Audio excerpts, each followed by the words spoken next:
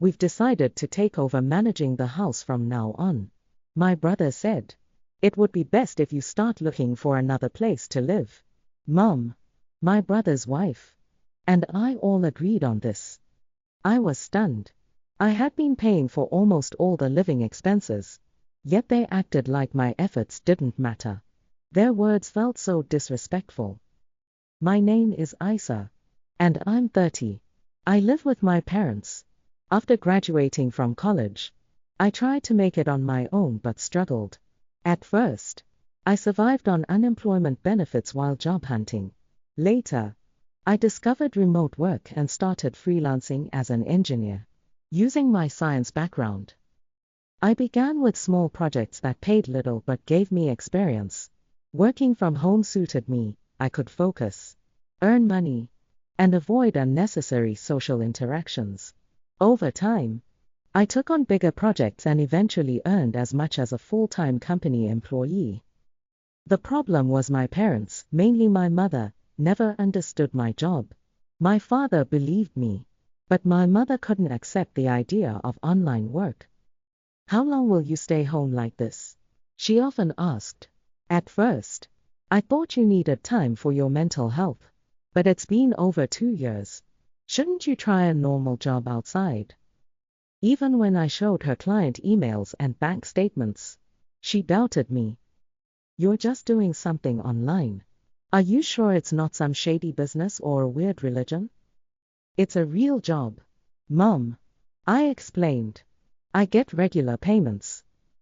But no matter what I said, she kept worrying.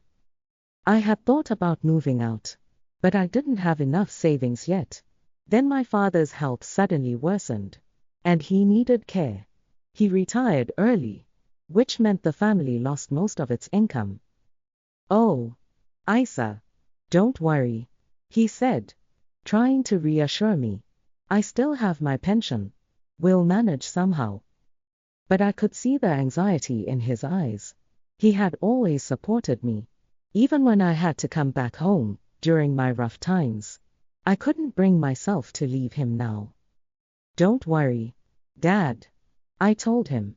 I'll help from now on. He looked surprised. But do you even make that much money? My income is stable, I said, showing him my account balance. Isa, I didn't realize you were doing so well, he said, visibly relieved. From then on, I covered the household expenses, my father's medical bills, and any other costs. Every month, I transferred money directly into his account. I even set up a new credit card system for my mother, giving her a supplementary card since she had been using my father's before. My father and I tried to save as much as possible, though convincing my mother to save was another challenge. Even after I started covering the household expenses, my mother still didn't fully trust me. One day, she even suggested kicking me out.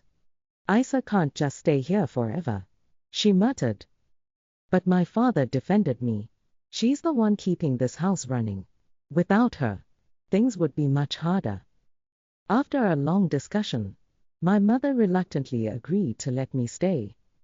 I continued working and helping around the house, but she started treating my help as if it were an obligation. Can't you finish your chores faster? She would complain. Sorry, Mom, I'm working at the same time, I explained.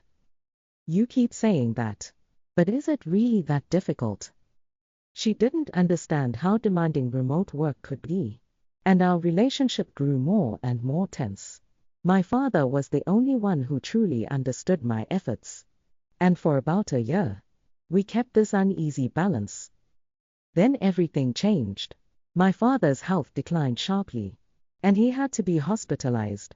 I visited him every day. Hey, Dad, how are you feeling today? I asked, trying to stay cheerful. Thank you for coming, Isa, he said weakly. I don't feel much better. I just hope I'm not making things too hard for you. Don't think that way, I reassured him. Taking care of you isn't a burden. But I know things with Mom haven't been easy.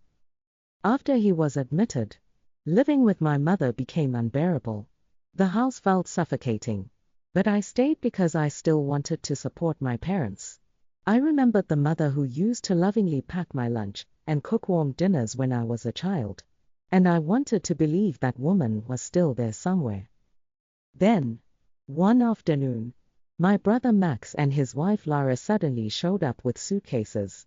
I hadn't been told they were coming. "We're moving in," Max announced casually. "Wait. What? Why?" I asked, completely stunned. "Mom was worried about you living here alone while Dad's in the hospital," he explained. I turned to my mother, but she avoided my gaze. "Don't worry, Isa," Max continued. "We'll support you." Lara, however, smirked in a way that made me uneasy. Then my mother spoke up. "Thank you, both of you. Isa, I expect you to cooperate. Otherwise, it might be hard for you to stay here." It felt like a warning, not an invitation. At first, I hoped living together wouldn't be too bad, but I was wrong. "Isa, why are you still sleeping? Get up and make breakfast," Lara yelled one morning, pounding on my door. "I'm already awake. I'm working," I said through the door. I'm a morning person, and those early hours are my most productive. I wanted to focus on my projects, not cook. Working, right, then get up and start breakfast anyway. I reluctantly joined her in the kitchen. Our family usually had a relaxed morning routine. Everyone ate whenever they felt like it, but Lara expected a full spread. I prepared scrambled eggs, a lettuce salad, buttered toast, and juicy sausages. I thought it was a decent breakfast. "That's it," she said with a frown. "If you don't like it, you don't have to eat," I muttered. The room went silent for a moment before she snapped. "What's with that attitude? You should be helping more with the housework." "But I have work to do, too." "Work?" Max scoffed. "You call whatever you do in that room work. Are you serious?" They continued to belittle me, clearly echoing my mother's doubts. My chest tightened with frustration. My work time was slipping away, and I couldn't focus with their constant harassment. Finally, I packed my laptop, walked out of my room, and left the house. "House? Wait, where are you going?" my brother called after me. Ignoring him, I went straight to my father's hospital room. He looked surprised when I entered. "Isa, what's wrong? You seem flustered." I explained everything, and he listened quietly. "I didn't know."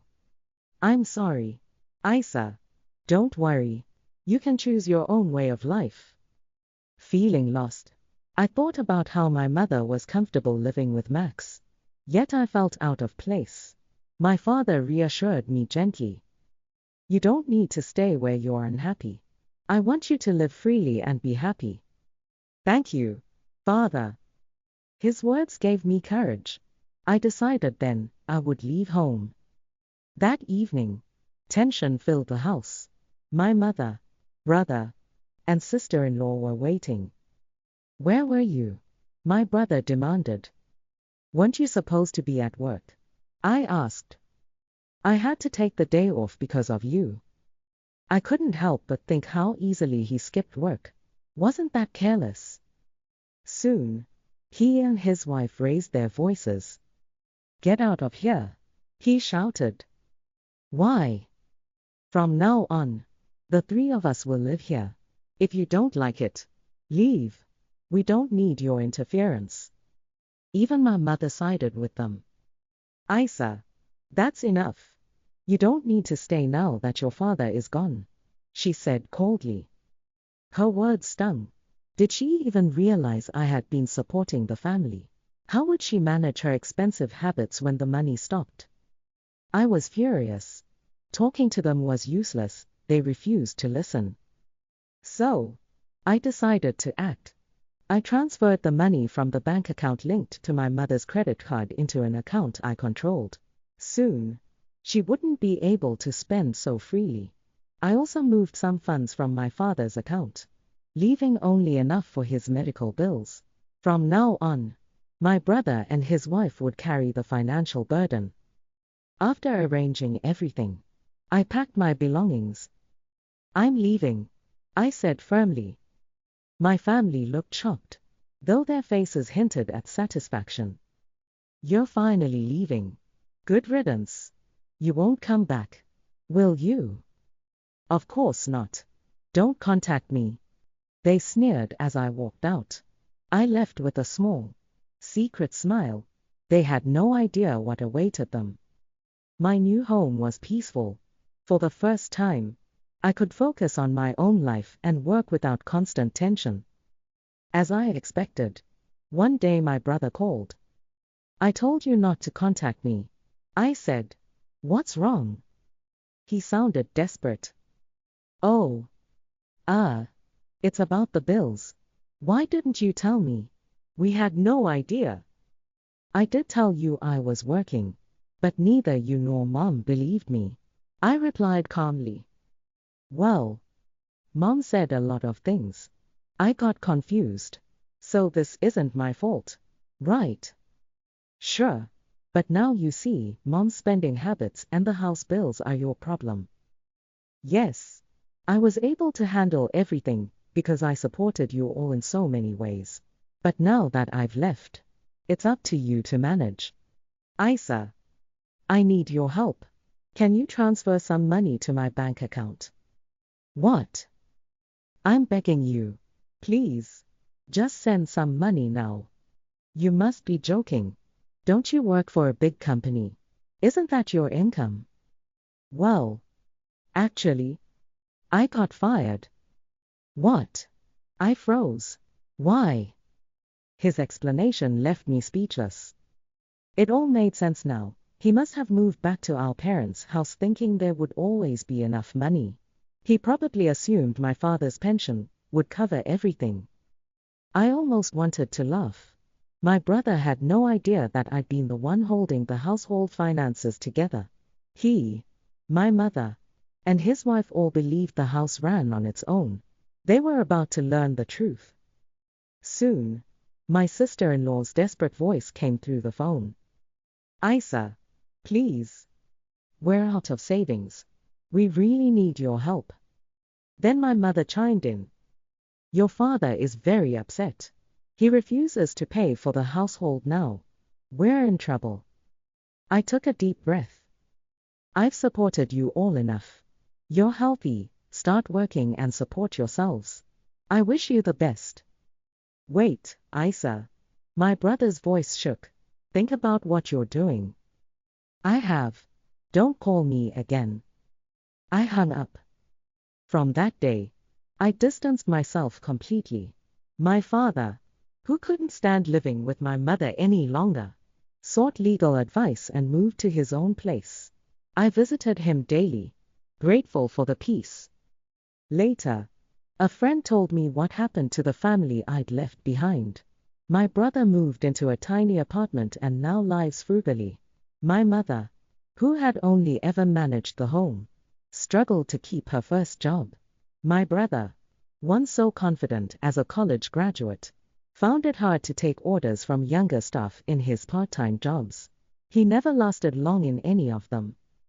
In the end, my sister-in-law became the sole breadwinner, working tirelessly to support them. But the pressure became too heavy, and she eventually left.